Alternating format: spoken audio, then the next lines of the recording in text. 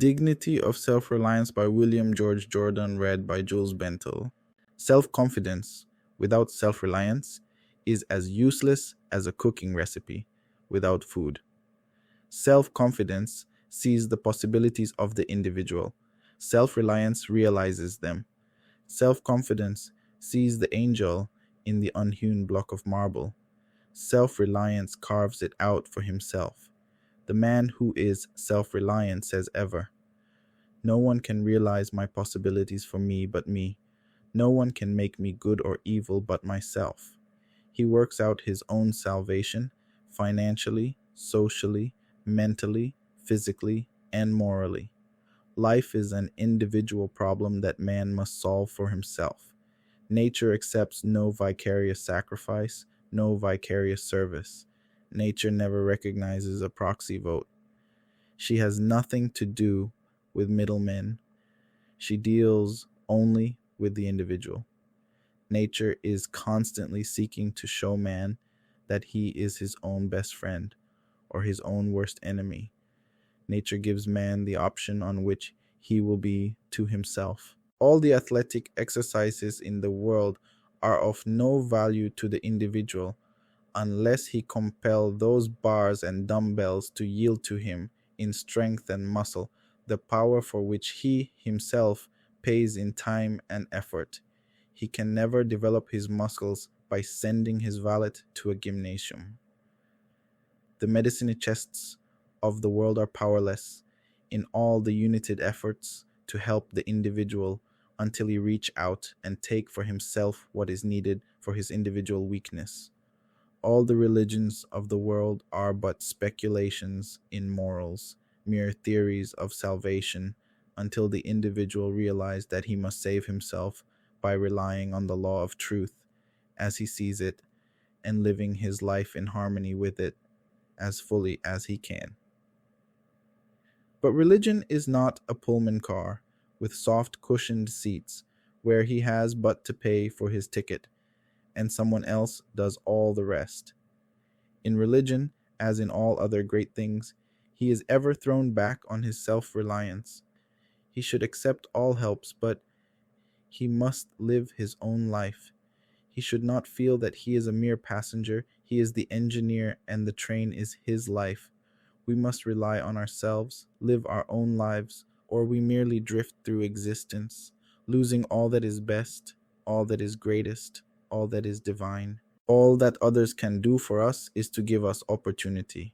We must ever be prepared for the opportunity when it comes, and to go after it and find it when it does not come, or that opportunity is to us nothing.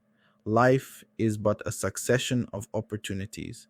They are for good or evil, as we make them. Many of the alchemists of old felt that they lacked but one element. If they could obtain that one, they believed they could transmute the baser metals into pure gold.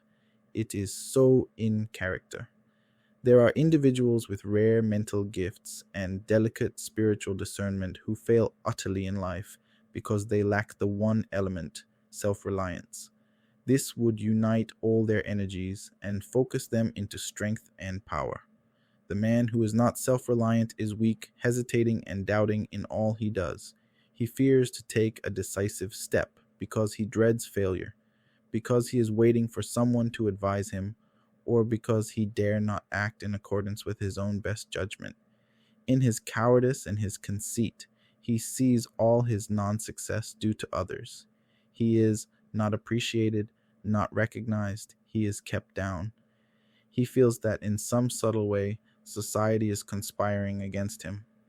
He grows almost vain as he thinks that no one has had such poverty, such sorrow, such affliction, such failure as have come to him. The wealth and prosperity of ancient Rome, relying on her slaves to do the real work of the nation, proved the nation's downfall. The constant dependence on the captives of war to do the thousand details of life for them killed self-reliance in the nation and in the individual. Then, through weakened self-reliance and the increased opportunity for idle, luxurious ease that came with it, Rome, a nation of fighters, became a nation of men more effeminate than women. As we depend on others to do those things we should do for ourselves, our self-reliance weakens, and our powers and our control of them becomes continuously less. Man to be great must be self-reliant. Though he may not be so in all things, he must be self-reliant in the one in which he would be great. This self-reliance is not the self-sufficiency of conceit. It is daring to stand alone, be an oak, not a vine, be ready to give support, but do not crave it, do not be dependent on it. To develop your true self-reliance, you must see from the very beginning that life is a battle. You must fight for yourself. You must be your own soldier. You cannot buy a substitute. You cannot win a reprieve. You can never be placed on the retired list. The retired list of life is death. The world is busy with its own cares, sorrows, and joys, and pays little heed to you. There is but one great password to success: self-reliance. If you would learn to converse, put yourself into positions where you must speak. If you would conquer your morbidness, mingle with the bright people around you, no matter how difficult it may be. If you desire the power that someone else possesses, do not envy his strength and dissipate your energy by weakly wishing his force were yours. Emulate the process by which it became his, depend on your self-reliance, pay the price for it, and equal power may be yours. The individual must look upon himself as an investment of untold possibilities, if rightly developed, a mine whose resources can never be known but by going down into it and bringing out what is hidden. Man can develop his self-reliance by seeking constantly to surpass himself. We try too much to surpass others.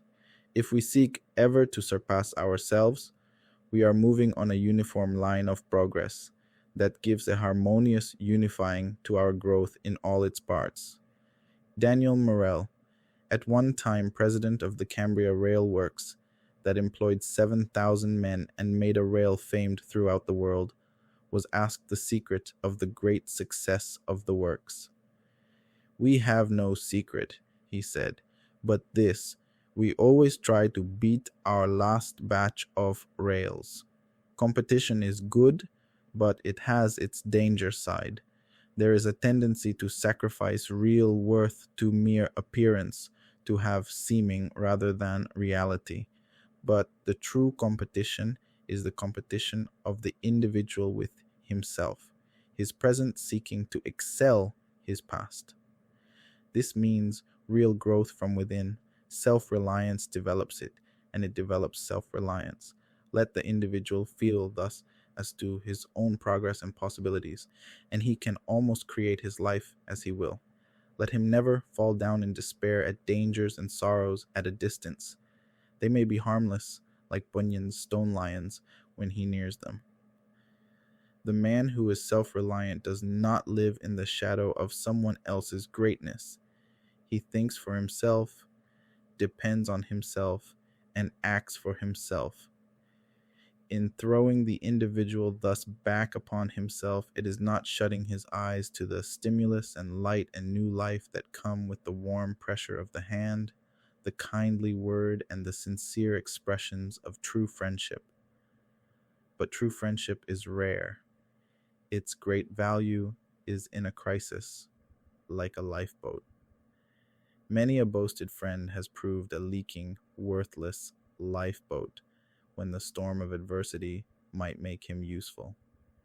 In these great crises of life, man is strong only as he is strong from within, and the more he depends on himself, the stronger will he become, and the more able will he be to help others in the hour of their need. His very life will be a constant help and a strength to others, as he becomes to them a living lesson of the dignity of self-reliance.